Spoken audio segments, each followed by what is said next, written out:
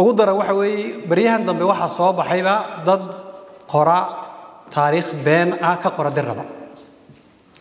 way dadkeegii markuu ka aamuso waxba ka qori waayay dad kale halkii buuxiyay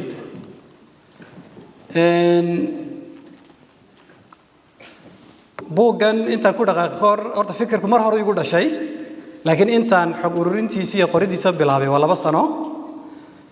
waxaan isoo jiray marka hore dhibaatada waan fahansanaa jirta laakiin dadkaaga fiican baa qoray uma oran jiray qaraanka maxay daanay wixii intii aan kari karo inaan bal halkaas gobolada jirta inaan buuxiyo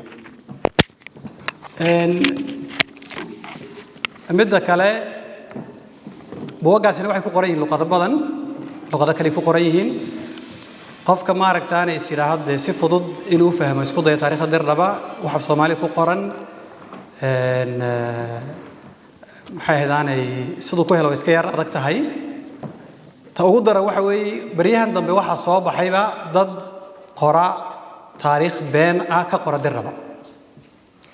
way dadkeegii markuu ka aamuso waxba ka qori waayay dad kale halkii buuxiyay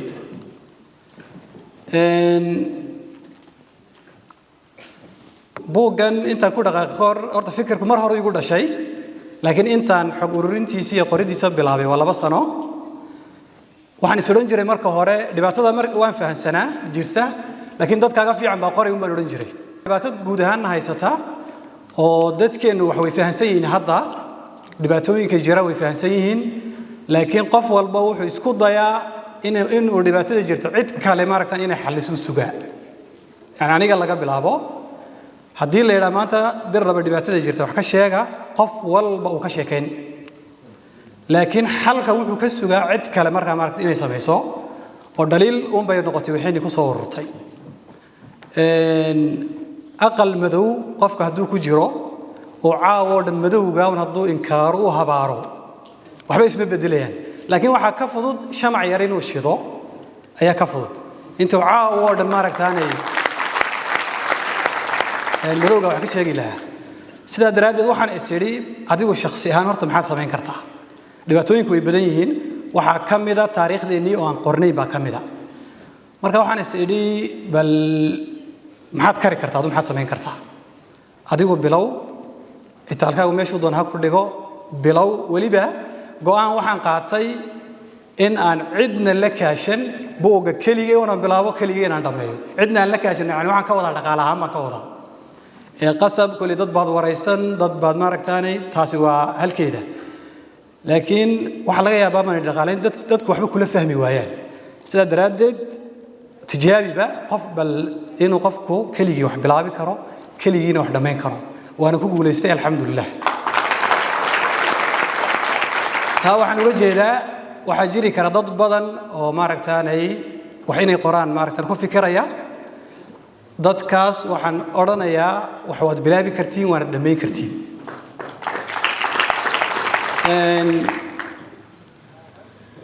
waxyaabaha ila kulmay haddii aan ka hadlo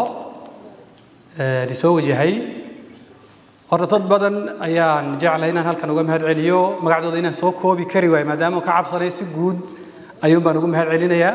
dadkii igala qayb qaatay buugan inuu maaragtaan soo baxo bilow ilaa dhammaad dad garab joogay baa jiray kuwa waraysiiyaan ka qaadayay baa jiray kuwa maaragtaan iyagu xitaa hadday xog hayn halka laga heli karo ii tilmaamay baa jiray ama ii keenay baa jiray dadkaas oo dhan way aan tirin hadaan ilaahay qaar baa ka boodi karaa marka si guud ayuun baan ugu mahad celinayaa midda kale waxaan iloobayn oo ugu mahad celinayaa dhalinyartii soo qaban qaabisay barnaamijkan maalmahan oo dhan maaragtaan waqtigoogii qaaliga ha siiyay haddii aan u soo noqdo matalan waxyaabihii iga hor yimiday waxaa ka mid ah matalan markaan bilaabay buugga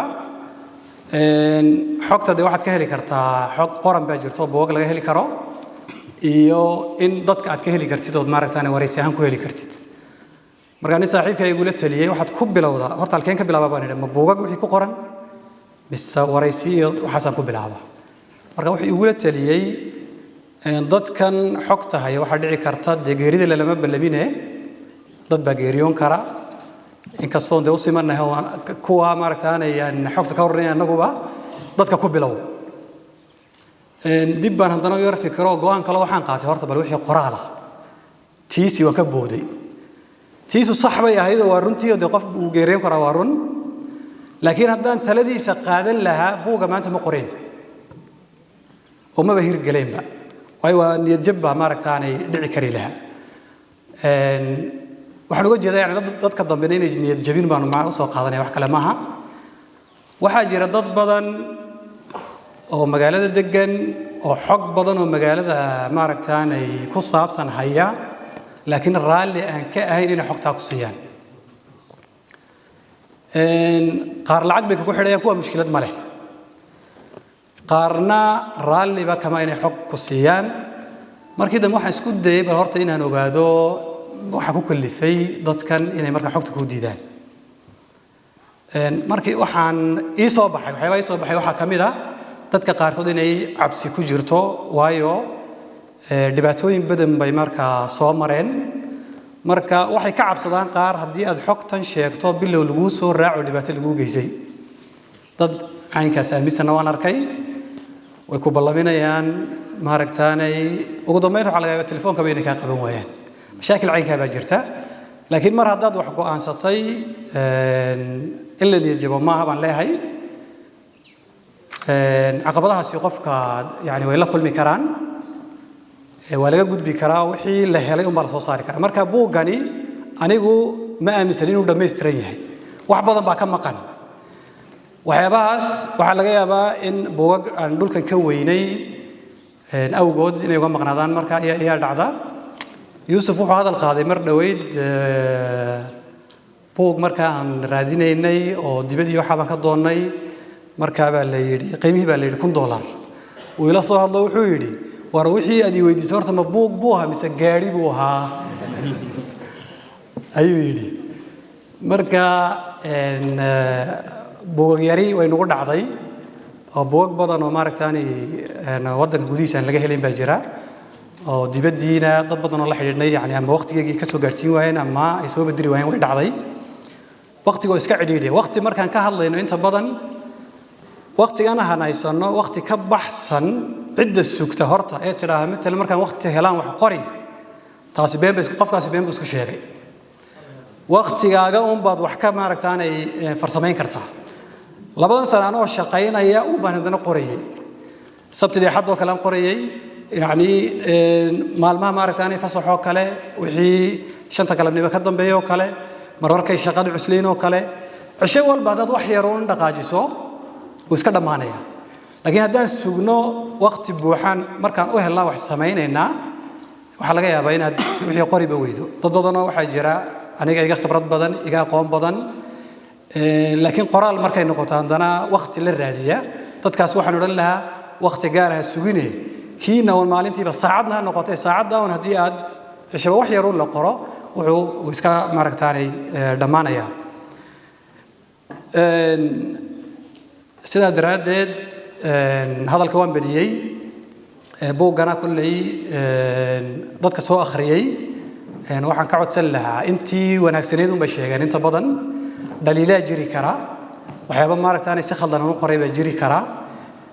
taasna waxaa fiicnaan lahayd maaragtaanay inay